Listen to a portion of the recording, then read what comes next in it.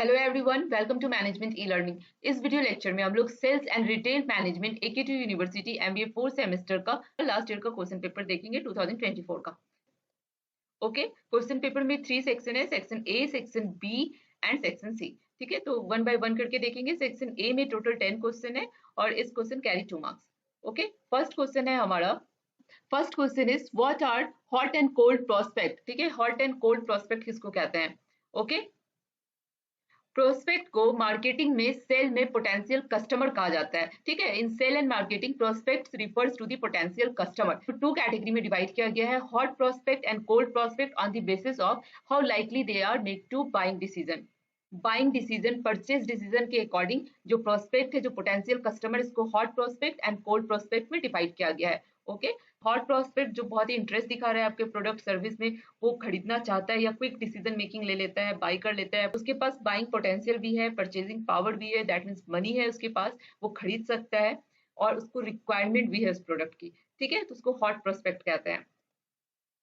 Okay, so a hot prospect is someone who has this strong interest in your product and service, have this strong interest. Okay, and then second one is has a need for what you are offering. उसको need भी है, जो आप offer कर रहे हो, जो आप ऑफर कर रहे हो, they want, they require that product or service. ठीक है, has the budget and authority to make a purchase. budget, उनके पास मनी है, परचेजिंग पावर है एंड अथॉरिटी है, वो खरीद सकते हैं आपके प्रोडक्ट और सर्विस को, and is ready to buy soon. Customer को हम लोग क्या कहेंगे? हॉट प्रोस्पेक्ट कहेंगे। ठीक है, पोटेंशियल कस्टमर जो क्विकली कन्वर्ट हो सकते हैं आपके कस्टमर में। ओके, नेक्स्ट है आपका कोल्ड प्रोस्पेक्ट। कोल्ड प्रोस्पेक्ट जो थोड़ा इंटरेस्ट दिखा रहा है, उसको बहुत ज्यादा इंटरेस्ट नहीं है, ना ही उसको आपके प्रोडक्ट और सर्विस का रिक्वायरमेंट है। ठीक है, वो आपके प्रोडक्ट और सर्विस पे ट्रस्ट नहीं करता है, या फिर उसको नॉलेज नहीं है, वो अवेयर नहीं है इस टाइप के प्रोडक्ट और सर्विस से, तो ऐसे प्रोस्पेक्ट को कोल्ड प्रोस्पेक्ट कहते हैं। ठीक है, cold prospect may fit your target audience profile, has not expressed the interest or have very little interest. ठीक है, may not even be aware of your product or service, they may not be aware of product or service, require the nurturing or education over the time. ठीक है, उसको educate करना होगा, aware करवाना होगा, उसे डेमो दिखाना होगा कि how to use this product, तो वो जाके कोल्ड प्रोस्पेक्ट से हॉट प्रोस्पेक्ट में कन्वर्ट हो सकता है। ओके, नाउ नेक्स्ट क्वेश्चन है हमारा, defined sale management. What is sale management? ठीक है, what is sale management? Sale management क्या होता है? मैनेजमेंट क्या है? Management is the process of planning, directing, controlling. ठीक है, सेल मैनेजमेंट क्या है? जहाँ पे सेल मैनेजमेंट क्या है? ऐसा मैनेजमेंट जहाँ पे सेल से रिलेटेड एक्टिविटी को मैनेज किया जाए। ठीक है, तो sale management is the process of planning, directing and controlling the organizational sale activity. Sale activity क्या क्या होती है? Sale activity like the lead generation, prospecting, outreach. ठीक है, then sale presentation, demo, proposal, order processing, follow up, customer relationship management, sale reporting, analysis, negotiation and closing, जितनी भी cell से related activity होती है, फंक्शन होती है, उस सबको मैनेज करना, उनकी प्लानिंग करना, उनको डायरेक्ट करना, कंट्रोल करना, that is called the sale management. Okay okay, बहुत ही इजी लैंग्वेज में मैंने समझाया है, आई होप आप याद रखोगे इसको। So sale management refers to the process of planning, directing and controlling an organizational sell activity. Sell activity like the lead generation, negotiation, self planning, sales training, customer relationship. तो यहाँ पे मैंने activity mention किया है, this all are the sell related activity. ठीक है, it involves the strategy and the practice used to maximize the sell performance and achieve the revenue goal. The sell management is the critical or important to the organization success, as it directly influences the revenue generation, market expansion and customer retention. Okay, तो sale management बहुत ही important है, वहां से ही revenue generate होता है, customer retention होता है और मार्केट एक्सपेंशन होता है। तो सेल डिपार्टमेंट किसी भी ऑर्गेनाइजेशन का बहुत ही इंपॉर्टेंट, बहुत ही क्रिटिकल डिपार्टमेंट है। ओके, नाउ की फंक्शन ऑफ सेल मैनेजमेंट। जो भी सेल के अंदर फंक्शन या एक्टिविटी इन्वॉल्व होती है, वो सारे यहाँ पे मेंशन है। ठीक है, सेल प्लानिंग हो गई, सेल बजटिंग हो गई, सेल ट्रेनिंग हो गई, sale operation and sale monitoring. Okay, now next question, question number C, what are voice clue? Voice clue क्या है? ठीक है, वॉइस क्लू किसे कहते हैं? वॉइस क्लू दैट मीन्स जब हम लोग बात करते हैं तो हमारे टोन से, पिच से, वॉल्यूम से, स्पीकिंग स्पीड से, जो उतार चढ़ाव आवाज से होती है, उससे जो मिलने वाले संकेत होते हैं, इशारा होता है, उसको वॉइस क्लू कहते हैं। ठीक है, voice clue, clue that means इशारा, क्लू देना। ठीक है, तो जो हम अपने वॉइस के टोन से, पिच से, वॉल्यूम से, स्पीड से किसी वर्ड पे जोर दे के जो हम क्लू देना चाह रहे हैं, इशारा करना चाह रहे हैं, that is voice clue. Okay, So voice clue are the auditory signal or clue in a person's speech that provide the additional information beyond the actual word spoken. Next question, question number D, mention the ethics in cell. ठीक है, what are the ethics in cell? Sale के अंदर क्या ethics होना चाहिए? ethics का मतलब क्या होता है? moral principle. ethics का मतलब क्या होता है? ethics का मतलब क्या होता है? moral principles और एक standard guideline, ठीक है, जो सबके हित के लिए हो. तो cell ethics refers to the moral principles and standard that guide the behavior of cell professional. ठीक है, तो ethical selling focus on honesty, integrity, transparency and respect for the customer. Okay, now next question. Question number E. Question number E is question number E, state the different type of sale organization. ये बहुत ही important question है. ये सिर्फ section A में नहीं आएगा, section B और सी में आने का बहुत ही हाई चांस है. Type of sale organization. Okay, type of sale organization बहुत ही इंपॉर्टेंट है आपके एग्जाम के लिए. इसके अलग से भी वीडियो बनाया हुआ है, मैं आपको इसका लिंक दे दूंगी डिस्क्रिप्शन में, आप प्लीज देख लीजिएगा. टाइप ऑफ सेल ऑर्गेनाइजेशन यहाँ पे भी मैं डिटेल में बता दूंगी. ओके, तो what are the different type of sale organisation. Organization का मतलब होता है स्ट्रक्चर. ऑर्गेनाइजेशन में काम कैसे हो रहा है, मतलब फ्लो ऑफ इंफॉर्मेशन कैसे जा रहा है. ठीक है, कौन किसके पास कितना पावर है, कंट्रोल है, दैट मीन्स ऑर्गेनाइजेशनल स्ट्रक्चर. ठीक है, यहाँ पे हम लोग बात करेंगे सेल ऑर्गेनाइजेशन का, सेल के डिपार्टमेंट की ऑर्गेनाइजेशन का. ओके, तो what are the different type of sale organization. line cell organization, line and staff cell organization, functional cell organization, territorial cell organization, product based cell organization, customer और market based sale organisation and matrix sale organisation. Organisation structure आपने पढ़ा होगा, जिसमें overall organisation के बारे में हम लोग पढ़ते हैं. यहाँ पे सेल क्या है, सेल डिपार्टमेंट बहुत ही इंपॉर्टेंट पार्ट होता है ऑर्गेनाइजेशन का. तो यहाँ पे सेल ऑर्गेनाइजेशन स्ट्रक्चर पढ़ेंगे. ठीक है, क्या different type of sale organization होता है. तो सेम है. लाइन सेल ऑर्गेनाइजेशन क्या होता है, बहुत ही सिंपल है. लाइन सेल ऑर्गेनाइजेशन जहाँ पे अथॉरिटी फ्लो करता है टॉप टू लो. ठीक है, जहाँ पे जैसे कि दुकान है किसी का, ठीक है, कपड़े का शॉप है. ठीक है, कपड़े के शॉप में आप जाते हो तो क्या देखते हो कि एक जो ऑनर होता है वो लैपटॉप के पास बैठा रहता है और 3-4 जो सेल पर्सन है जो वहाँ पे काम करते हैं वो आपको कपड़े दिखाते हैं. तो ये क्या हो गया, लाइन सेल ऑर्गेनाइजेशन हो गया, जहाँ पे एक आदमी 3-4 आदमी को रख के उनसे काम करवा रहा है रिलेटेड टू सेल. ठीक है, यहाँ पे ये क्या हो गया, सिंपल फॉर्म हो गया. Authority flow from the top to bottom. ठीक है, टॉप टू बॉटम में अथॉरिटी फ्लो करती है. Then clear role and responsibility. Role and responsibility clear है. ठीक है, रोल एंड रिस्पॉन्सिबिलिटी इन सबको पता है, अपना अपना रोल एंड रिस्पॉन्सिबिलिटी क्लियर है यहाँ पे. ये best for the small firm होता है, लिमिटेड प्रोडक्ट रेंज के लिए होता है. एग्जाम्पल, यहाँ पे मैंने जो एग्जाम्पल कोट किया, local clothing store manage directly by the owner. ठीक है, लाइन सेल ऑर्गेनाइजेशन स्ट्रक्चर इस तरीके से आप बना के आ सकते हो. सेकंड है आपका line and staff sale organisation.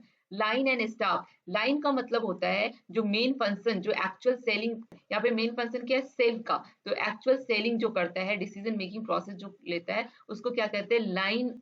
उसको क्या कहते हैं, लाइन अथॉरिटी कहते हैं, लाइन पर्सन कहते हैं. और स्टाफ पर्सन क्या होता है, जो हेल्प करता है उसको उसके डिसीजन मेकिंग में, by giving the advice, by giving the training और बाय गिविंग सम डेटा और सपोर्ट. ठीक है, तो उसको स्टाफ अथॉरिटी या स्टाफ पीपल कहते हैं. ये कॉम्बिनेशन ऑफ टू अथॉरिटी है, जिसमें line authority and staff authority मिलकर काम करते हैं. लाइन अथॉरिटी मेन काम करता है और स्टाफ अथॉरिटी उसको सपोर्ट करता है by giving advice, by providing training, data support करता है. ऑर्गेनाइजेशन है वो मोर इफेक्टिव वे में काम कर सके. Okay, in this type of cell organization, combine the line authority with the specialized staff support, staff advice and support the cell team by the help of training, research,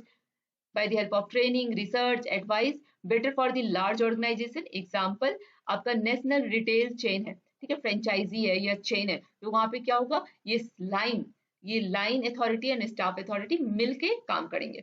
okay, now third one is the functional sale organization. आपको 2 number में बस इतना ही लिखना है. ठीक है, ये इतना ही लिखना है, बट मैं थोड़ा डिटेल में बता रही हूँ ताकि आपको ये हाई चांस है कि 10 नंबर में आ जाए, सेक्शन बी या सी में आ जाए, इसलिए. ओके, फंक्शनल सेल ऑर्गेनाइजेशन का क्या मतलब है, on the basis of function. Function यहाँ पे क्या होगा, सेल से रिलेटेड फंक्शन. ठीक है, सेल से रिलेटेड फंक्शन. तो यहाँ पे फंक्शनल सेल ऑर्गेनाइजेशन का क्या मतलब है, ऑर्गेनाइजेशनल स्ट्रक्चर को डिवाइड किया गया है या बेस है उसका on the basis of sale function. जैसे सेल ट्रेनिंग मैनेजर हो गया, कस्टमर सर्विस मैनेजर हो गया, टेली सेल मैनेजर हो गया, फील्ड सेल मैनेजर हो गया या डिजिटल सेल मैनेजर हो गया. तो डिफरेंट जो सेल के अंदर फंक्शन होता है उसको मैनेज करना. ठीक है, तो sale function are divided among the specialised. तो ये on the basis of self function पे जो ऑर्गेनाइजेशन को स्ट्रक्चर किया गया है, that is functional sale organisation. ठीक है। नाउ नेक्स्ट है आपका territorial sale organisation. Territorial that means area के according, north south north east west east, तो according to area organisational sale structure को डिवाइड किया गया है। यहाँ पे एग्जांपल आप 4 व्हीलर का ले लो, सुजुकी का ले लो, या फिर किसी भी 2 व्हीलर का ले लो, 4 व्हीलर का ले लो। यहाँ पे देखोगे टेरिटरी मैनेजर होते हैं, एरिया वाइज सेल मैनेजर होते हैं। ठीक है, तो यहाँ पे एरिया वाइज सेल मैनेजर होते हैं। Okay, so yeah, here the market is divided into geographical territory. Each sale representative is the responsible for that specific area, ensure the local market knowledge and coverage. ठीक है, territorial cell organization क्या हो गया? According to territory, according to area. ठीक है। Now next है आपका product based cell organization. Product based cell organization that means according to product. ठीक है, अब कोई कंपनी है जिसमें पोर्टफोलियोज का इलेक्ट्रॉनिक्स का है, फूडवेयर का है, होम केयर का है, अकॉर्डिंग सेल डिपार्टमेंट होगा। इलेक्ट्रॉनिक का सेल डिपार्टमेंट अलग होगा, फूडवेयर का अलग होगा, होम केयर का अलग होगा। तो on the basis of product based sale organisational structure को प्रोडक्ट बेस्ड सेल ऑर्गेनाइजेशन कहते हैं। ठीक है, पॉइंट्स देख लेते हैं। Sale teams are organised by the product और product line, useful when the products are technical और कॉम्प्लेक्स। ठीक है, ensure the deep product knowledge. Example यहाँ a technological company with a separate sales team for software and hardware. ठीक है, software के लिए अलग सेल टीम है और हार्डवेयर के लिए अलग सेल टीम है। ओके, ये आप टाटा का भी एग्जांपल दे सकते हैं। टाटा में कितने सारे पोर्टफोलियो हैं, तो सबके सेल टीम अलग अलग होंगे। तो on the basis of product based sale organization structure. ठीक है।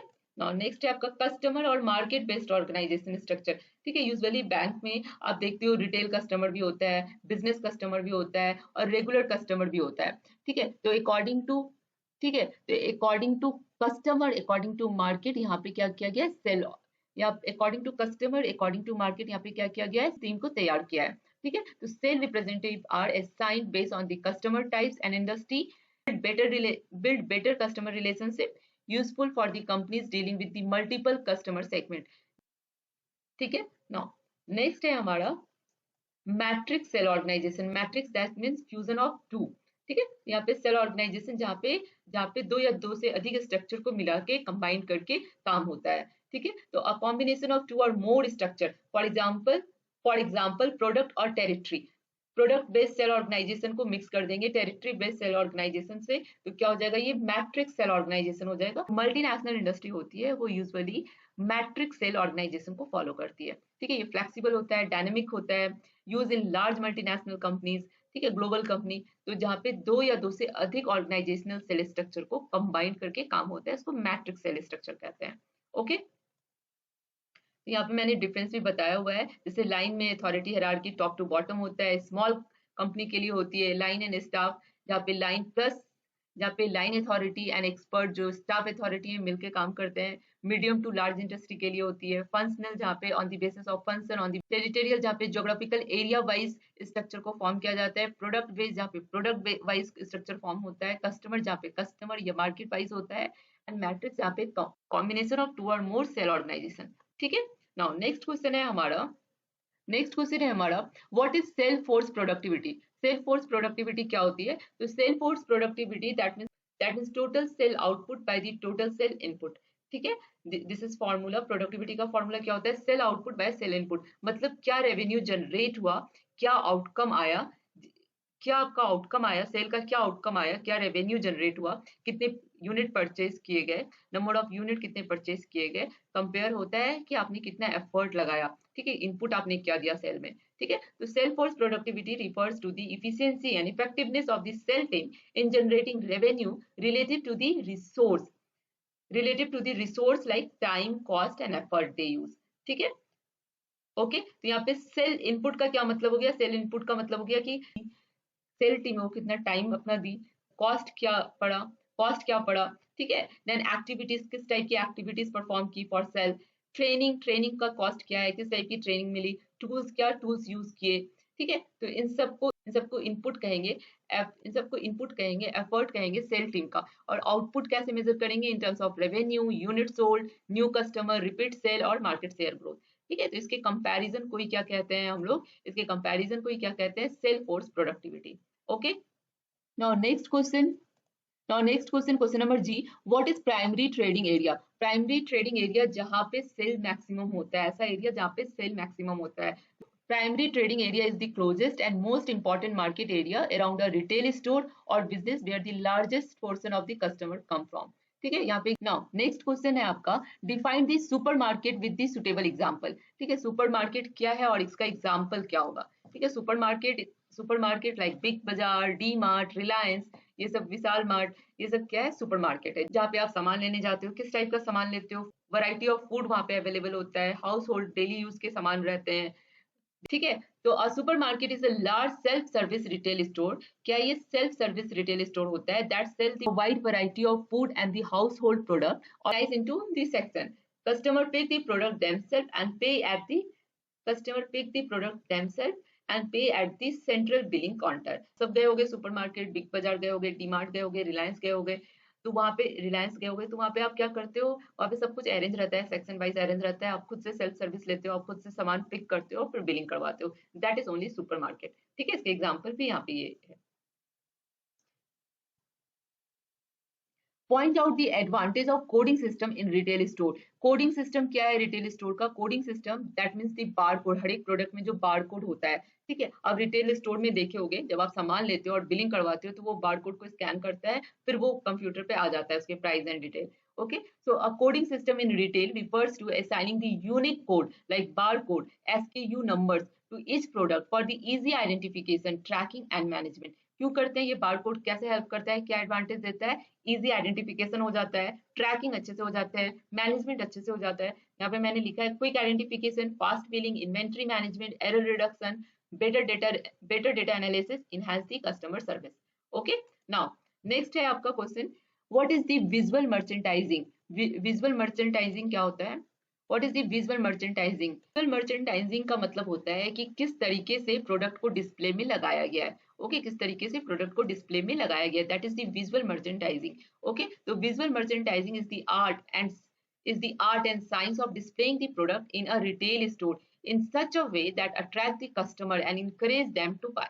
ठीक है, अगर आपने चैनल को सब्सक्राइब नहीं किया है तो प्लीज चैनल को सब्सक्राइब कर लीजिए और लाइक एंड कमेंट करना बिल्कुल नहीं भूलिएगा। All the best for your exam.